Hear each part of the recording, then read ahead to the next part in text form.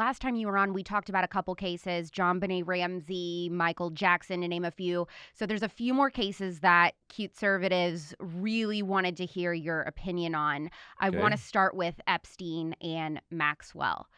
So obviously, Ghislaine Maxwell found guilty, but all of the details of Epstein's network were ordered sealed by the judge.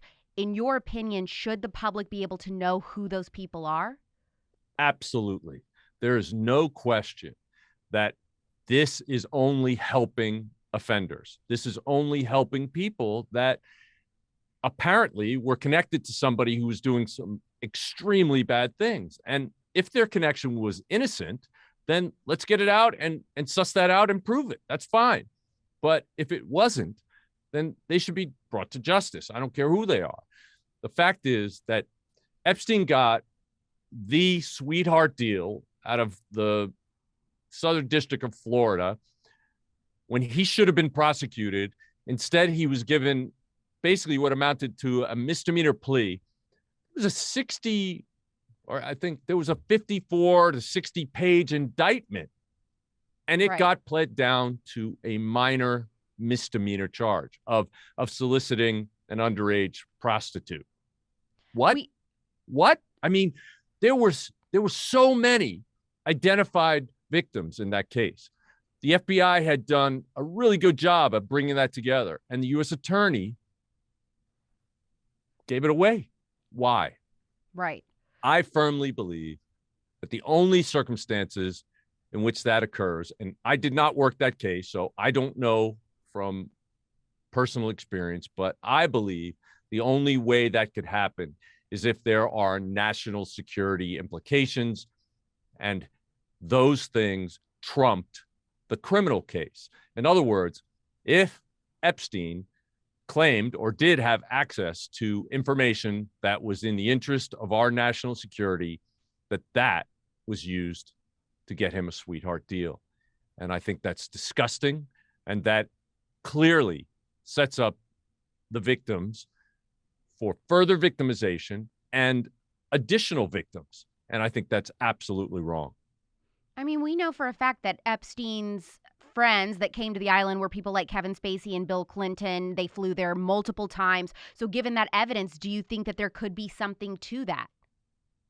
Well, yeah, I mean, I don't know if they're the seven or part of the 7 or 8 unnamed co-conspirators. I don't know if those names are there. They haven't been released, but supposedly she's not going to protect them anymore. I don't know why they're not being released, but clearly having a connection to him, and whether, I don't care what side of the aisle you're on, having a connection to him is not a good thing. And he was doing extremely disgusting and decadent behaviors. I mean, he was committing crimes over and over and over again with impunity. Would you buy it, though, if either Bill Clinton or Kevin Spacey, said, well, Jim, like, we genuinely just had no idea that was going on? Like, would you buy that excuse?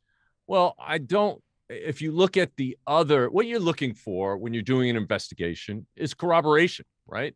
And so if you have a history of allegations of being involved with younger women Which or both of those people girls do. or boys, yes, I would think that would cross corroborate any allegations that came out of the Epstein matter. I'm not going to speculate or guess whether they did or not. But if you have those allegations and then you have a history of other allegations that cross corroborate it, that gives a lot of credibility to those allegations. Yeah. Well, speaking of like pedophilia and, crimes against children, I have heard this. Well, I have to tell you, I have to correct you. We're not speaking of pedophilia. I don't know of any indications throughout the entire case where anybody was alleged to be a pedophile. Okay. Pedophile is somebody who's sexually attracted to prepubescent children, somebody who is not attracted to somebody once they hit puberty. And those are called preferential child sex offenders. And that's what I believe the allegations are in these cases. And I think it's important that we stay on topic and not just use pedophilia because everybody knows the word. It's not what we're talking about here. Well, in the case of child pornography, I've heard this excuse, I don't know if you have, of, well, look, some people are downloading child pornography online because they just have a pornography addiction and they become insatiable. They just need really taboo stuff. It's not necessarily that they're attracted to children. Do you think that that is a real Okay. thing? All right. So let me address that. I believe there's one type of child sex offender that may, in fact, have that as one of the components of why they're downloading child pornography. But pornography, in and of itself, is for the purpose of sexual arousal. And what these offenders do is they look at it, they get sexually aroused by it, they masturbate to reinforce that sexual arousal pattern, and that increases the risk that they will actually commit hands-on crimes against children of that nature. So even if that were the case, it's illegal for a reason.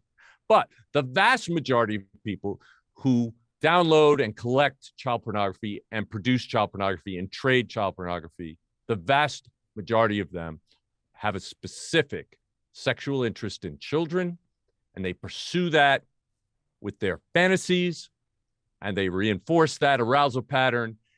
And in the studies, they have proven that between 57% and 85% of those who are arrested just for child pornography offenses also had completely undetected hands-on sex offenses against children. And in the Butner study, that was at least 14 victims per offender. And that's probably a low number based on what we know about how these offenders operate.